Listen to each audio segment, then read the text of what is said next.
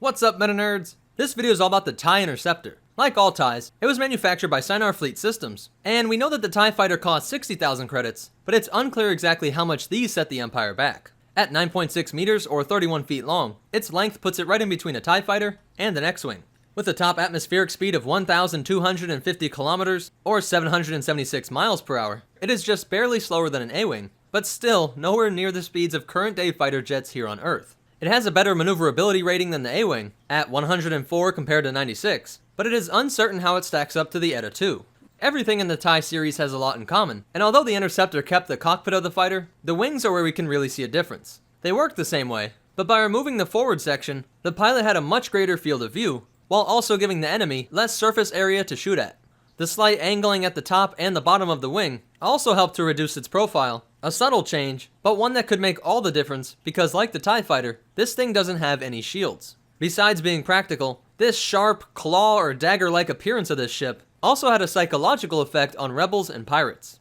The original TIE Interceptors came with 4 LS-9.3 laser cannons, one on each wing, but later versions were able to work in the chin-mounted laser cannons as well. Some even added concussion missile launchers. Rare variants included interceptors that had proton torpedo launchers, a hyperdrive, or even shielding that rivaled the X-Wing. Its twin-ion engine is based on real technology that we have today, in which thrust is generated when gas is hit with electricity, ionizing the particles, which accelerate out of the back of the engine.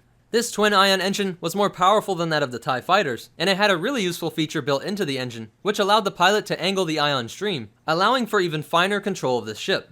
The lack of a hyperdrive and life support in the Interceptor helped to dictate some of the tactics and psychological profile of these pilots. All TIE pilots had to wear helmets with their own life support, as the inside of a TIE had no artificial atmosphere, and they knew that if their ship was damaged or they ejected into space, the Empire would most likely not spend time trying to find them, and they would eventually suffocate and run out of oxygen. Because they didn't have a hyperdrive, they would be dependent on the capital ship, so if this was destroyed or forced to retreat, the Interceptor, again, would most likely die in space. Despite the risk, many were proud to become Interceptor pilots, and they even earned the fear and respect of Rebel pilots. Kyle Katarn once said that TIE pilots are suicidal, defenders are bloodthirsty, but the Interceptor pilot is suicidal and bloodthirsty. One of the most notable variants was the Emperor's Royal Guard TIE Interceptors. These came equipped with a hyperdrive and shielding, along with this awesome red paint job, and additional wings along the side here.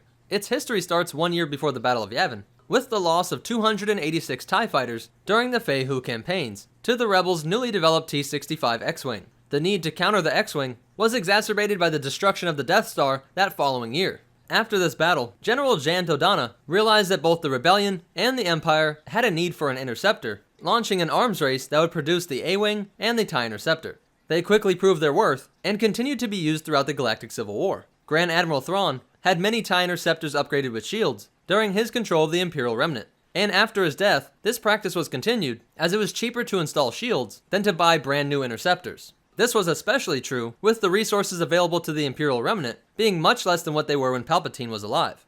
In the year 130 ABY, the Interceptor's successor was created, a ship called the TIE Predator.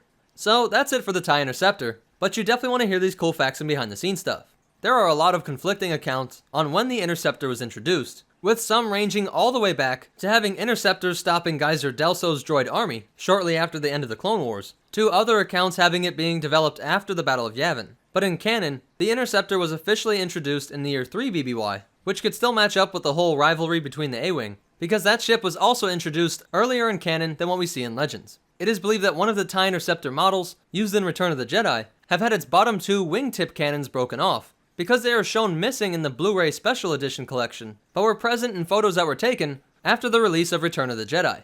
And that's it for the TIE Interceptor.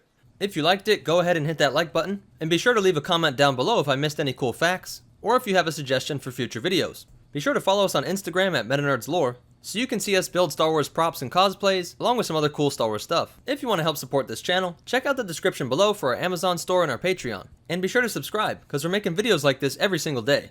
But more important than all that, remember, fight for Trawn, he gives you shields, and the Force will be with you, always.